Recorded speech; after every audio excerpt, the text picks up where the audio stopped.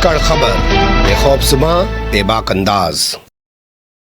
धाकड़ खबर में आपका स्वागत है। मैं आपके साथ हूं अकरम रईस खान। वैश्विक हलचल, जी हां, वैश्विक हलचल का वो ताजा बुलेटिन लेकर एक बार फिर से आपके सामने हाजिर हो चुके हैं, जिसमें हम बात करते हैं देश दुनिया नहीं, गाजा, फलस्तीन, इजराइल और ईरान से जुड़ी हुई कुछ खास खबरों की, क्योंकि इन सब पर चर्चा, तबसरा, तज़किरा करने के लिए रोजाना हमारे साथ जुड़ जाते हैं कृष्णकांत जी यानी के जी, जो भारतीय वायुसेना के रिटायर्ड ऑफिसर हैं और जियो पॉलिटिक्स पर अपनी पैनी और गहरी नजर रखते हैं। बहुत शुक्रिया सब वक्त देने के लिए। थैंक यू मिस्टर अकरम। ये तीसरे विश्व युद्ध की आजकल आप अपने चैनल पर बातें कर रहे हैं, तो ये कितनी ठीक हैं? या ये तो टीवी 9 भारतवर्ष जैसे चैनल हैं वो रोजाना ही बताते रहते हैं कि थर्ड वर्ल्ड वॉर होने वाली है। उस थर्ड वर्ल्ड वॉर में जो वो कह रहे हैं अपने प्रचार प्रसार के लिए कह रहे हैं और मैं कह रहा हूं, इसमें एक मूलभूत अंतर है। जब मैं कहता हूं, इसका मतलब है कि उसका कुछ न कुछ सॉल्यूशन हम ढूंढ रहे हैं, और वह है जनता का वास्तव में सत्ता के ऊपर अधिकार, कंट्रोल। जनता का, जनता के लिए, जनता के द्वारा, मैं उसकी बात कर रहा हूं। और कारण भी मैंने दिया है कि हम क्यों थर्ड वर्ल्ड वॉर की तरफ बढ़ रहे हैं। अभी तक जो रूस कहता था, केवल दो ही कारण है जिसमें वह एटॉमिक हथियार का इस्तेमाल करेगा। पहला कि उसके ऊपर खुद आणविक बम का हथियार, और दूसरा उसके अस्तित्व को ही खतरा आ जाए, यानी पूरे यूक्रेनियन नेटो फोर्सेस घुस जाए तो बम लेके क्या करेगा। लेकिन अब कह रहा है कि दूसरे हालातों में जिस तरीके से नेटो के लोग और नेटो के सेना, अमेरिकी सेना अब रशिया के आसपास खासकर वह छोटे वाले न्यूक्लियर बॉम्ब का जमावड़ा पैदा कर रहे हैं। लॉन्ग टर्म तो है ये, छोटे वाले, यानी जिसे टैक्टिकल या बैटल फील्ड न्यूक्लियर बॉम्ब कहते हैं, यानी मान लीजिए केवल पटना गया, दिल्ली का द्वारका गया, उस तरह पूरा दिल्ली गया वो नहीं, उसका इस्तेमाल कर सकते हैं। तो बोला हम क्यों नहीं करेंगे, और हम भी अपने इस नीति में जो उसका डॉक्ट्रिन है न्यूक्लियर, उसमें चेंज करने जा रहे हैं। यानी सैद्धांतिक रूप से हम उस तरफ बढ़ रहे हैं जहां third world war with nuclear bomb की संभावना बढ़ रही है। जी, अब ये समझाइए, आपने कहा कि जनता के हाथ में सत्ता की डोर आ जाए तो इससे थर्ड वर्ल्ड वॉर कैसे रुक जाएगा, और कहां जनता अपने हाथों में ऐसे सत्ता ले ले? ऐसी सत्ता जनता ने या मजदूर वर्ग ने 1917 के क्रांति के बाद से बोल्शेविक पार्टी के नेतृत्व में रशिया में लिया था, और बाद में काफी फैला था। अंदरूनी गद्दारी और बाहरी दबाव के कारण अंततः वह नहीं सफल हो सका उस समय। कोई बात नहीं, हम फिर से कर सकते हैं। लेकिन आखिर युद्ध हो क्यों रहा है? युद्ध हो रहा है इन बड़े बड़े पूंजीपतियों, जो ओलिगार्क्स हैं और साम्राज्यवादी सत्ता अपने हाथ में रखते हैं और एक दूसरे से मुनाफा के लिए लड़ रहे हैं, उनके कारण युद्ध हो रहा है। और युद्ध को उन्होंने बिजनेस बना दिया है, वॉर इंडस्ट्रीज के लड़ रहे हैं। जब हमारे हाथ में सत्ता आएगी, जब हम निजी पूंजी को खत्म कर देंगे, तब जहां लोभ ही नहीं है, लालच ही नहीं है, मुनाफा खत्म हो गया, हम भला युद्ध किस खुशी में करेंगे एक दूसरे से। जी, यानी सबसे बड़ी जिम्मेदारी जो है वो इस वक्त अमेरिका की जनता पर है, क्योंकि सारे युद्ध और सबके पीछे तो अमेरिका ही खड़ा दिखता है। सही है, लेकिन हम भी हैं।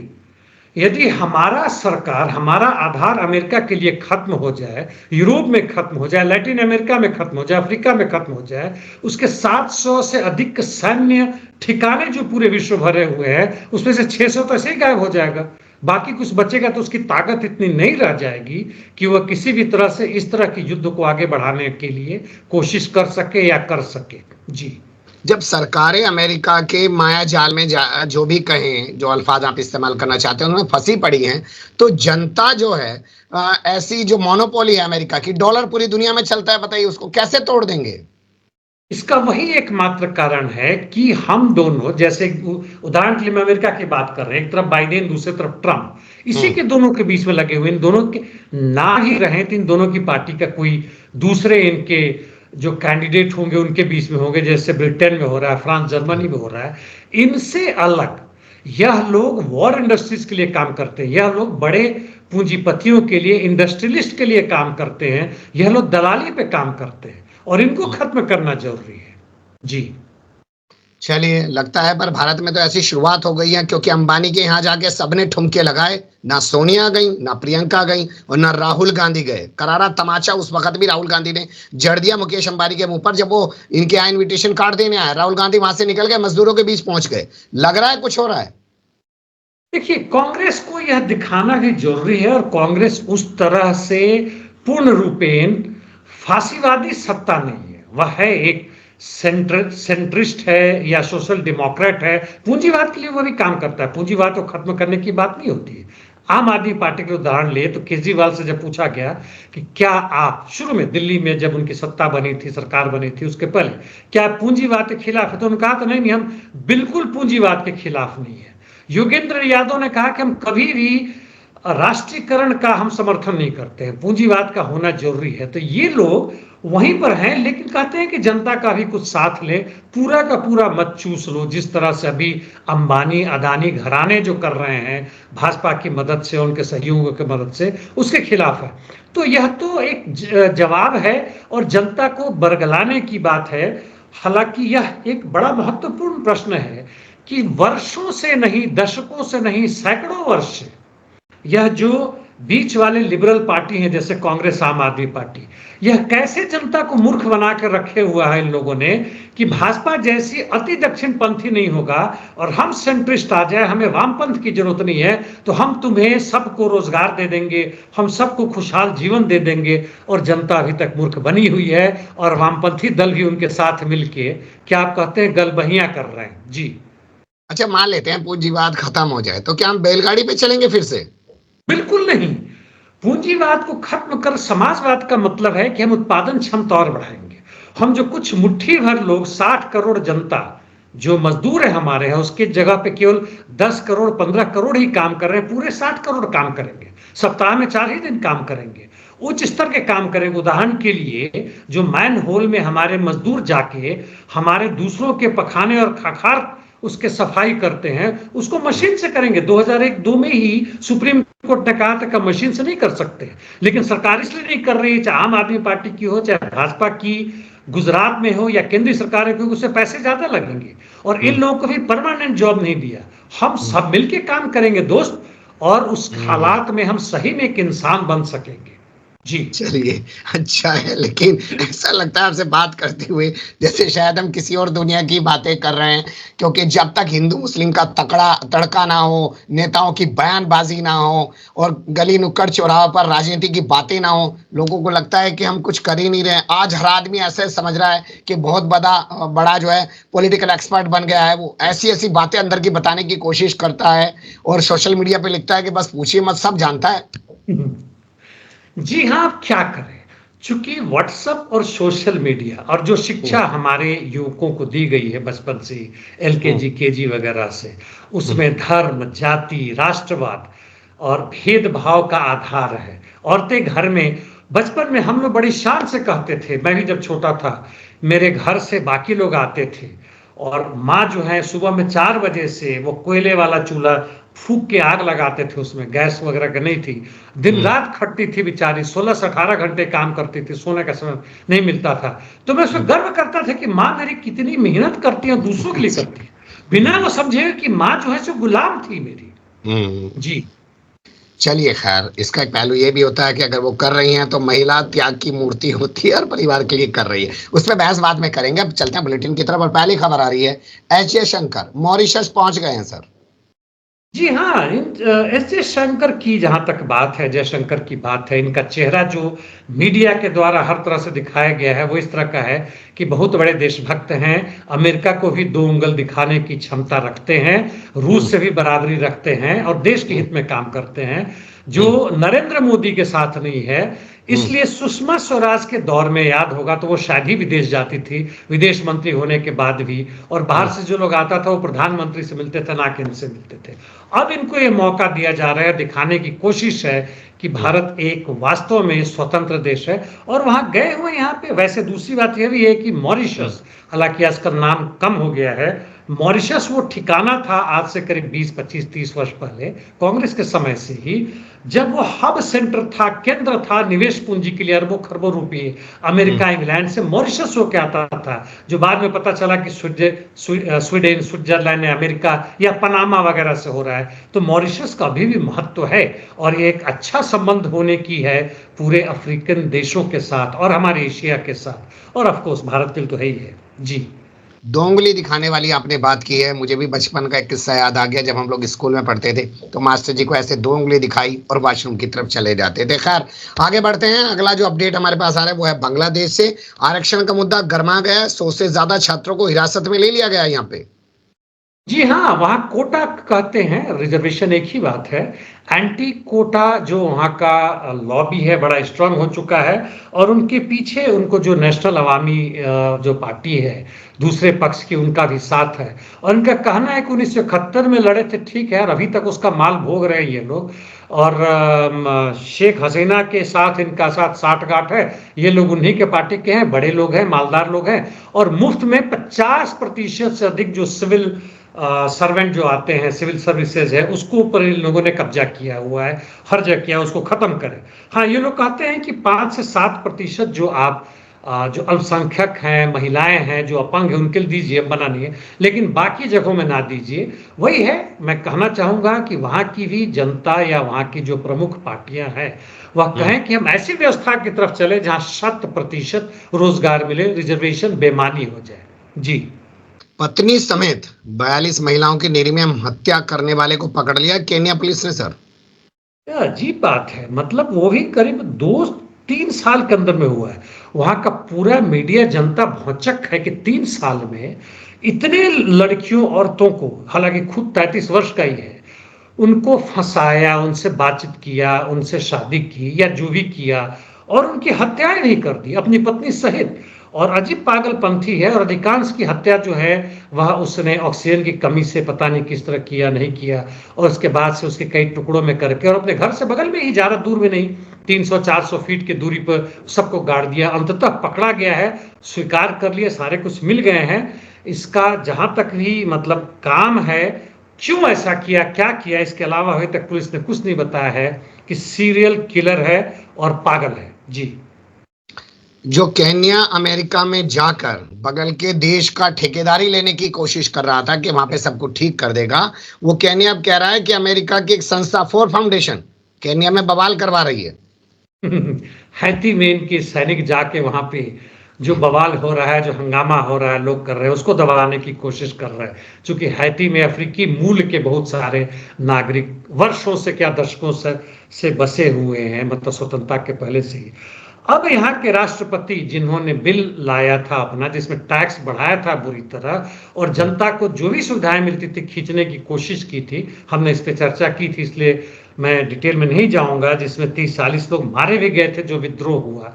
अब यहाँ के राष्ट्रपति कहते हैं, हालांकि इन्होंने अपनी वो चीजें वापस ले ली है जो भी टैक्स का जो लाया था उन्होंने, और अभी भी थोड़ा मोड़ा अभी चल रहा है हंगामा की ये वो रिजाइन करें।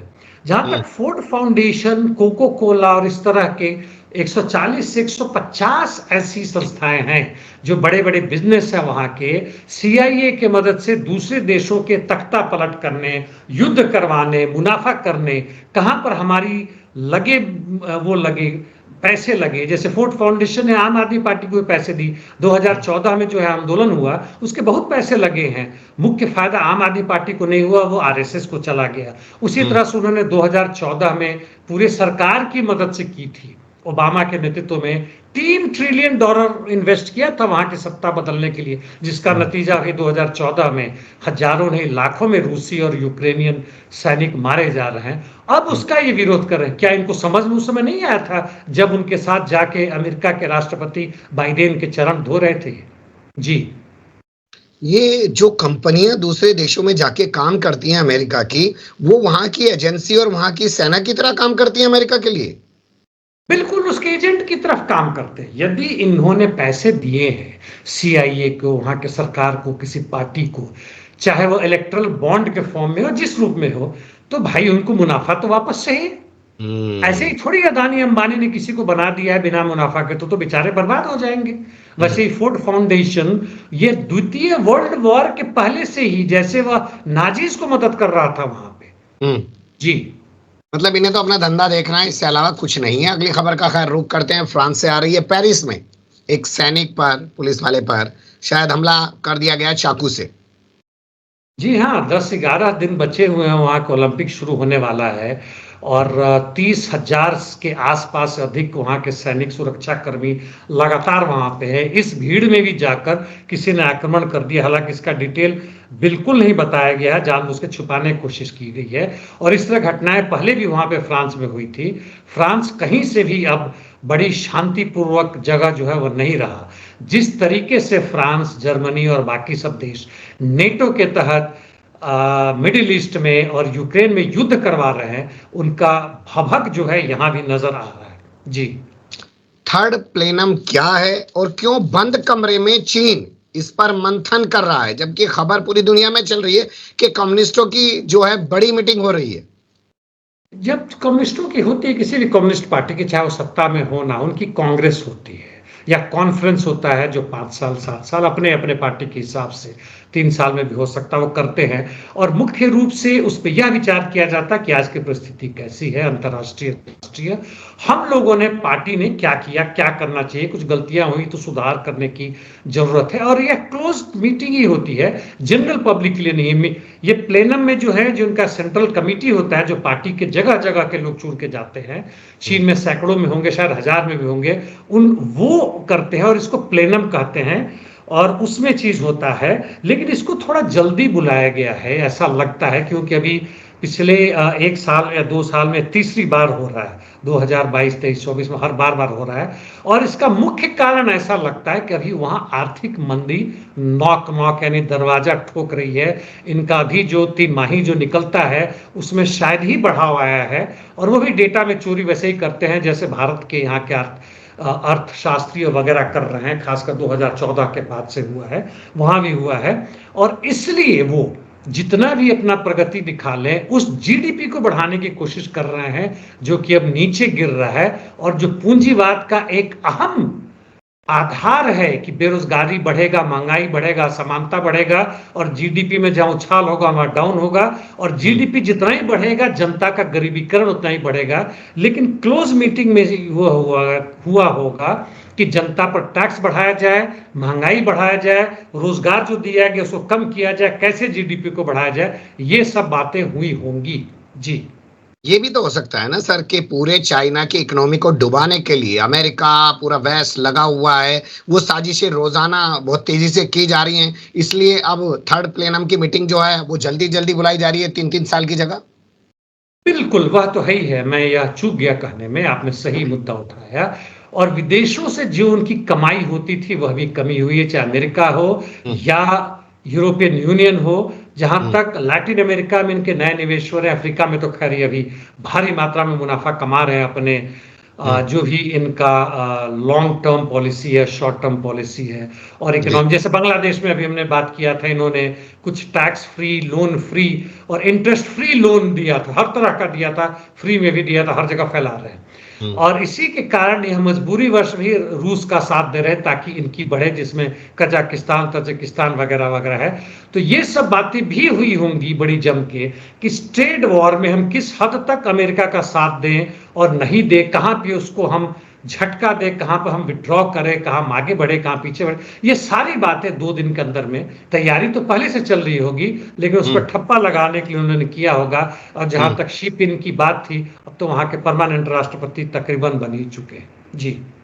सितारा चमक उठा है ट्रंप का, गोली चल जाती है, बच जाते हैं, मुकदमों में भी बरी हो रहे हैं। कल फिर एक मुकदमे में उनको बरी कर दिया और ऐसे मुकदमे में बरी कर दिया जिसे बहुत ही गंभीर मामला बताया जा रहा था कि रक्षा मंत्रालय के खुफिया दस्तावेज वो अपने घर ले गए हैं। हालांकि कहा गया कि वकील का जो अपॉइंटमेंट उन्होंने किया था वो गलत था। वकील का अपॉइंटमेंट को तो इलीगल घोषित कर दिया गया, इसलिए वो हट जाएंगे। लेकिन इस जज का जिन्होंने वर्डिक्ट दिया है उसका अपॉइंटमेंट भी ट्रंप ने जब वो राष्ट्रपति थे तब किया था वाह। और सुप्रीम कोर्ट में हम्म। जिस जज का इन्होंने चुनाव किया था, लगाया था, जिन्होंने वर्डिक्ट दिया था कि जो ऑफिशियल काम से जो करते हैं उस समय के राष्ट्रपति, उस पर प्रश्न नहीं किया जा सकता है, उस पर उनको नहीं आरोपित घोषित किया जा सकता है। और हम्म। इसी तरह यहां पे आके इन्होंने कहा कि यदि कुछ दस्तावेज गए हैं जो गोपनीय इनके घरों में, तो हम्म। ऑफिस से बाहर भी काम कर रहे हैं, घर भी तकरीबन ऑफिस हो जाता है, हम कैसे उस पर आरोप लगा सकते हैं। और अभी तक का इसमें 3 30 गोपनीय दस्तावेज के ऊपर था कि लेके गए हैं। ये सबसे बड़ी हो गया, जो कि बड़ा महत्वपूर्ण था। इनको 10 साल अंदर ठोका जा सकता था, लेकिन उससे मुक्त हो गए हैं। और इस पर ट्रंप ने मतलब गदगद होकर कहा है कि जो भी बाकी 1-2 बच्चे हैं बकवास है, और बाइडेन को राष्ट्रपति की तरह उन सबको वापस ले लेना चाहिए। देखते हैं बाइडेन क्या करते हैं, बेचारे वो तो लुट ही चुके हैं तकरीबन। जी, मतलब किस्मत तो जोर मार रही है ना सर। बिल्कुल, किस्मत हर जगह से उनका हो रहा है। गोली से बच गए, केस से बचे जा रहे हैं, हर जगह से बचे जा रहे हैं। और राष्ट्रपति बनने का रास्ता में अभी शायद बाइडेन का जो यहाँ तक है वह तो चूक ही गया। और लगता है ऐसे जैसे कि राष्ट्रपति यूक्रेन के जेलेंस्की ने भी कहा है कि यदि ट्रंप चुन के आते हैं तो उनके साथ हम सहयोग करेंगे। अभी तक उसका विरोध कर रहे थे, लेकिन अब सबको लगने लगा कि भाई अब यार हम कुछ नहीं कर सकते हैं। यूरोपियन यूनियन का भी रुख बदल गया। यानी जो डीप स्टेट है, किसी ने प्रश्न पूछा था, मैंने जवाब दिया था कि डीप स्टेट क्या है। यानी वह सत्ता है जो कि सीधे की सीधे चुनाव में नहीं आ रही है।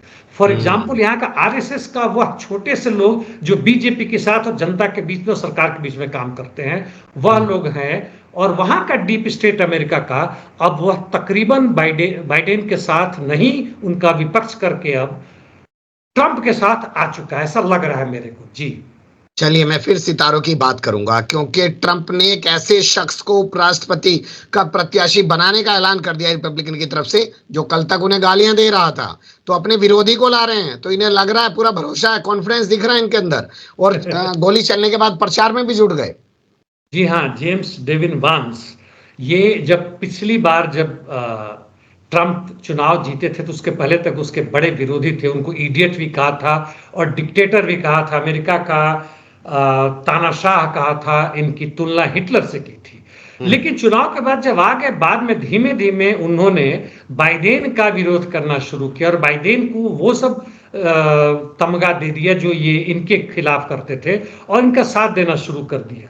और जहां तक इनकी बात है, वांस की बात है, धीमे धीमे हर मसलों पे वह ट्रंप से आगे बढ़ चुके हैं। जहां तक फॉर एग्जाम्पल, मैं सब मसला नहीं लाऊंगा, इजराइल की बात है तो इजराइल के ऊपर ट्रंप कहते हैं कि नहीं, हम फिलिस्तीन के 2 स्टेट की बात हम मानते हैं, लेकिन जब इजराइल से हम सलाह कर ले, युद्ध खत्म हो जाए, तब होंगे। वह उसे एक आगे कदम बढ़ के कहते हैं कि नेतन्याहू को पूरी छूट मिलनी चाहिए कि वह क्या देखते हैं, किस तरह देखते हैं, क्योंकि इजराइल हमारे लिए बड़ा महत्वपूर्ण है।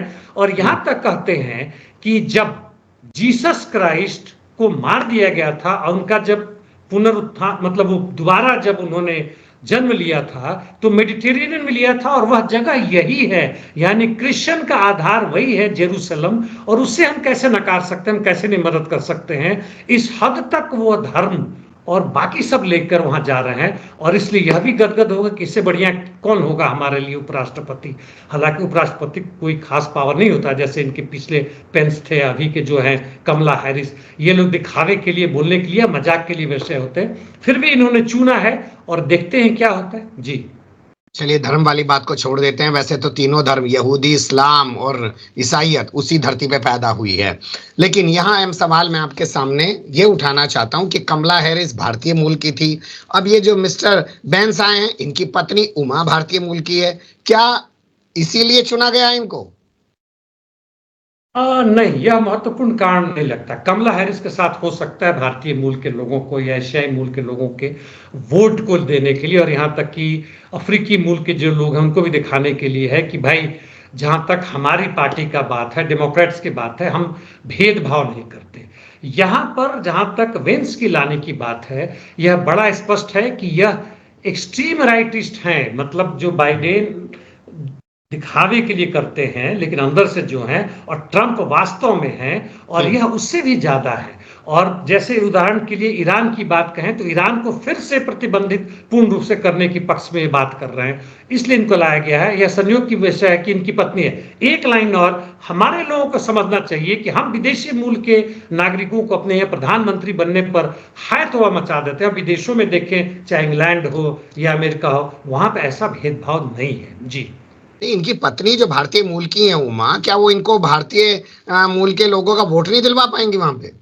बिल्कुल दिलवाएंगे, इसमें संदेह नहीं। लोग तो बड़ा खुश होगा कि चलो कमला हैरिस गई तो ये आ गई। ये तो इसी आधार पे बड़े खुश हो रहे हैं। हालांकि वो लोग इनके कितने पक्ष में वो कहना मुश्किल है। जी, अब शुरुआत करते हैं गाजा से जुड़ी खबरों की। और उपराष्ट्रपति जिनको चुना है चुनाव लड़ाने के लिए ट्रंप ने, उनकी चर्चा ईरान में बड़ी जोरों शोरों से हो रही है सर। मैंने एक लाइन में कहा था, ये जो है शुरू से ही, जब ओबामा के समय में ईरान के ऊपर से कई प्रतिबंध हटा दिए गए थे, तो ये बड़े नाराज थे, ओबामा का इन्होंने खिलाफ किया था। ट्रंप जब राष्ट्रपति आए तो इन्होंने वहां से जो भी था एटॉमिक का जो आधार था, जिसके आधार पर एटॉमिक बम ना बनाने का था, joint comprehensive plan of action था, उससे अमेरिका को बाहर कर दिया, तो उससे भी नाराज थे। अब चाहते हैं कि इसके पूरे ऊपर प्रतिबंध लगाया जाए, कहीं से भी आधार ना छोड़ा जाए, जिससे कारण ईरान दूसरा इस्लामिक एटॉमिक पावर स्टेट या नेशन कहीं से बन जाए। इसके बहुत जबरदस्त खिलाफ है और कहते हैं ऐसा हुआ तो इजराइल को हम हाथ से धो सकते हैं, ये कारण बनता है। हालांकि अभी ईरान में ऐसे राष्ट्रपति आए हैं जो अमेरिका के साथ संबंध बेहतर करना चाहते हैं, तो इसलिए इनकी चर्चा, इनके हर पुराने बातों को ईरान की मीडिया में लाया जा रहा है कि ये उपराष्ट्रपति बनेंगे तो क्या होगा, कैसे होगा, ना होगा, वगैरह होगा। और यहां पर देखेंगे आप तो ट्रंप और इनमें दोनों में ईरान के ऊपर जो विदेश नीति बनता है उसमें मतभेद है, लेकिन इतना बड़ा नहीं, उसको नहीं मतलब उसको पाटा जा सके, ऐसा कुछ नहीं है। लेकिन देखते हैं क्या होता है। लेकिन निश्चित रूप से इससे ईरान में थोड़ी खलबली है। जी, ईरान में अभी तक सरकार पूरी तरह नहीं बन पाई है। मंत्री कौन होंगे, किसको क्या कार्यभार दिया जाएगा, तय नहीं हुआ है, क्योंकि मुहर्रम चल रहा है, आप लोग जानते हैं, और शिया कम्युनिटी वाला देश है वो, तो नया काम कुछ होगा ही नहीं, उसी के बाद होगा। लेकिन जो यहाँ के कार्यवाहक विदेश मंत्री है, वो न्यूयॉर्क में जाके क्या कर रहे हैं सर? वो बेसिकली गए हैं यूनाइटेड नेशंस के सिक्योरिटी काउंसिल में भाग लेने के लिए, दो जो चलेगा उसमें होगा। हालांकि वहां गए हैं तो यूनाइटेड नेशन के जनरल असेंबली के जो प्रेसिडेंट है उनसे उन्होंने बात की है और मतलब अपनी बातें रखी हैं कि कैसे गाजा पट्टी में क्या हो रहा है, नहीं हो रहा है, जनसंहार हो रहा है, और सारी जितने भी कानून हम ला रहे हैं, जितने भी आदेश ला रहे हैं आईसीजे से, आईसीसी से, उसका कोई मायने नहीं रह गया है। आप इससे हमारी क्या मदद कर सकते हैं? और जहां तक सिक्योरिटी काउंसिल की बात है, उसमें भी यहाँ की चर्चाएं जो चलेंगी, उसमें ईरान का ये प्रतिनिधि करने गए हैं। जी, ये चाइना बार बार हमास और फतेह को बुलाकर मीटिंग कराता है, क्या ये उनके बीच के मतभेद दूर कर रहा है, या इसे लग रहा है कि जंग के बाद जो उस इलाके के अंदर बड़ा गैस का जखीरा मिला है उसका धंधा वहां से निकल सकता है, इसलिए इनको बुला के पहले ही पुचकार लूं? क्या कर रहा है वो? दोनों है, दोनों है। दूसरा वाला बड़ा महत्वपूर्ण है जहां तक धंधे की बात है। यदि पैलेस्टीनियन स्टेट को मान्यता मिल जाता है अंतर्राष्ट्रीय जगत से, और इजराइल भी मान लेता, हालांकि उसके अधीन ही हो, फिर भी वहां के उसका निर्माण करने के लिए, पुनर्निर्माण करने के लिए जो बर्बादी हुई है, जिसमें वर्षों लगेंगे, दशकों लग सकते हैं, तो चीन का दावा है कि उसका निर्माण करने में हमसे बेहतर कौन हो सकता है। इंफ्रास्ट्रक्चर के तो हम बॉस हैं। और जहां तक प्रेजेंट सिचुएशन है, हम देखें तो पीएलओ का ही ये टूटा हुआ है, पैलेस्टीनियन लिबरेशन ऑर्गेनाइजेशन, यानी यासार अराफात की बात है तो कई खंड में हो गए। और इनका हमास से 36 का आंकड़ा है। ये लोग हमास को पसंद नहीं करते हैं, क्योंकि अभी जो है वहाँ के जो पैलेस्टीनियन अथॉरिटी के जो चेयरमैन है, जो फतेह जिसको कहते हैं, उसके जो बॉस है या चेयरमैन है, मोहम्मद अब्बास जो है, महमूद है शायद, महमूद अब्बास जो है, उनका वो इनसे अलग है। वो थोड़े थोड़े चूंकि वेस्ट उसमें बैंक में के हैं, जिसका मालिक अभी इजराइल है, इजरायली फोर्सेस वो कंट्रोल करती है, इसलिए दबे दबे से हैं। और इन दिनों के बीच में अभी भी अच्छा संबंध नहीं है, और चीन ने दूसरी बार उनको बुलाने की कोशिश कर रहा है। अभी 2-3 महीने पहले बुलाया था, फिर से हो रहा है। तो चीन का दोनों तरह से कोशिश है, जिस रूप में हो, कि ये मिल जाए। और मिल जाए तो बुरा नहीं है, लेकिन हमास इनसे बहुत चिढ़ता है कि तुम तो चमचागिरी करते हो इजराइल का और अमेरिका का। जी, चलिए, जहां चीन इनको बुलाकर मेजबानी कर रहा है, वहीं सीना चीर कर, दिल चीर कर बाइडेन कह रहे हैं कि फिलिस्तीन के लिए जितना मैंने किया ना, कोई आज तक कर नहीं पाया सर। अब बाइडेन के पास बचा क्या है? वहां भी ट्रंप ले रहे हैं, ट्रंप वहां बार बार बाइडेन की वहां की भी जो विदेश नीति है और जिस तरह का उसका विरोध कर रहे हैं। और बाइडेन यहाँ कहते हैं कि हम जियोनिस्ट है। पता नहीं किस अर्थ में क्या कहा, कैसे कहा, मैं इसको समझ नहीं पाया। जियोनिस्ट का मतलब तो होता है कि वह फासीवादी या नाजीवाद का एक रूप है, वह वहां के जनता के लिए नहीं है। तो खैर जो भी हो, और इस हालत में यह कहने से बिल्कुल चूक गए, जिस इंटरव्यू में सब बातें कर रहे थे या जहां बोल रहे थे, कि जो अस्त्र शस्त्र आप दे रहे हैं इजरायली फोर्सेस को, उसका किस तरह से इस्तेमाल हो रहा है, जहां आप 1000 से 1500 पाउंड के बॉम्ब दे रहे हैं, ताकि जो भी उनका स्ट्रक्चर बना हुआ है, यहाँ तक कि स्कूल और जो शरणार्थी स्ट्रक्चर उनका भी अब तबाह कर रहे हैं। उनका जो कैंसर हॉस्पिटल था उसको आपने इजरायलियों ने वहां अपना मिलिट्री कैंप तक बना दिया है। इस पे उन्होंने कोई सवाल नहीं उठाया, कोई जवाब भी नहीं दिया। जी, मुझे लगता है वो राहत सामग्री वाले मुद्दे पे बात नहीं कर रहे थे, वो ये बताने की कोशिश कर रहे थे, देखो जितना फिलिस्तीन को मैंने बर्बाद कराया है, 9-10 महीने जंग चल रही है, उतना कोई नहीं कर पाया। आपको क्या लगता है? वो यदि ये वाली बात उन तक पहुंचा दिया जाए तो आप बहुत सही कर रहे हैं। आपके मुंह में घी शक्कर, आपने बिल्कुल सही अंदाज में कटाक्ष के रूप में कहा। और केवल युद्ध नहीं, युद्ध के पहले भी अमेरिका ने जितनी बर्बादी फिलिस्तीन की की है, उतने विश्व में और किसी लोगों ने नहीं किया है, चाहे वो बाइडेन रहे या उनके पूर्वज रहे हों। जी, नवंबर तक जो है संसद को भंग कर सकते हैं नेतन्याहू, और इजराइल में चुनाव हो सकते हैं, यानी अमेरिका में ट्रंप के बनने के बाद ही अब कुछ होगा इजराइल के अंदर, कुछ नया बदलाव। ये जंग तब तक चलनी ही चलनी है। ये वहां के दूसरे नेता हैं लिबरमैन, जो कभी इनके साथ थे नेतन्याहू के साथ, और बाद में कई मसलों पे मतभेद होने के कारण इनसे अलग हो गए। और इनका मानना है कि कई कारण है, यह कोई गुप्त सूचना के आधार पर नहीं कर रहे हैं। एक तो यह है कि 1 या 2 दिसंबर को फिर से इनको कोर्ट में बुलावा आया है नेतन्याहू को, कि आप पे जो आरोप है उसके बदले में आपको क्या कहना है। इनके बेटे के ऊपर भी है। तो युद्ध चलने के दौरान भी अब कोर्ट नहीं मान रहा है, कह रहा है कि आपको आना पड़ेगा। इसके बावजूद कि नेतन्याहू ने वहां पूरे कोर्ट प्रोसीजर जहां तक है, जुडिशियरी का है, उसमें काफी परिवर्तन किए हैं, लेकिन इसके बावजूद वो मानने को तैयार नहीं है। कहा कि आप टालते जा रहे हैं, पहले महामारी का, बीमारी का उदाहरण लेके अब ये युद्ध का करके हम नहीं मानने वाले हैं। इसका अब एकमात्र यही रास्ता बनता है कि यदि चुनाव नवंबर में घोषित कर देते हैं और अगले 3 महीने तक में चुनाव होता है, तब ये कोर्ट की बात को टाल सकते हैं। पहला कारण ये है। दूसरा ये कि अंदर में ही जो डिफेंस मिनिस्टर और फिनांस मिनिस्टर जो है, उनके आपस में इतनी लड़ाइयां हो गए हैं कि नेतन्याहू की सरकार कभी भी गिर सकती है। तो नेतन्याहू का अंतिम दावा यही बनता है कि जनता के पास जाए, शायद जनता इनको फिर से प्रधानमंत्री के रूप में देखना चाहे, जिसमें मुझे संदेह है। देखते हैं क्या होता है। जी, या सीधा ये कहूं मैं कि ट्रंप अगर वहां जीत जाते हैं अमेरिका में, उसके आधार पर फिर से प्रधानमंत्री किसी भी तरह का से चुनाव करा के बनने का सपना सजोए बैठे हैं नेतन्याहू। हो सकता है, इसकी पूरी संभावना है। हो सकता है यहाँ पे ट्रंप से भी अंदर से बात हुई हो, और ट्रंप ने कहा कि यदि तुम जल्दी में युद्ध ना खत्म करो, पहले भी कह चुके हैं कि जो तुम्हें करना है जल्दी करो। उन्होंने कोई रोक नहीं लगाई है।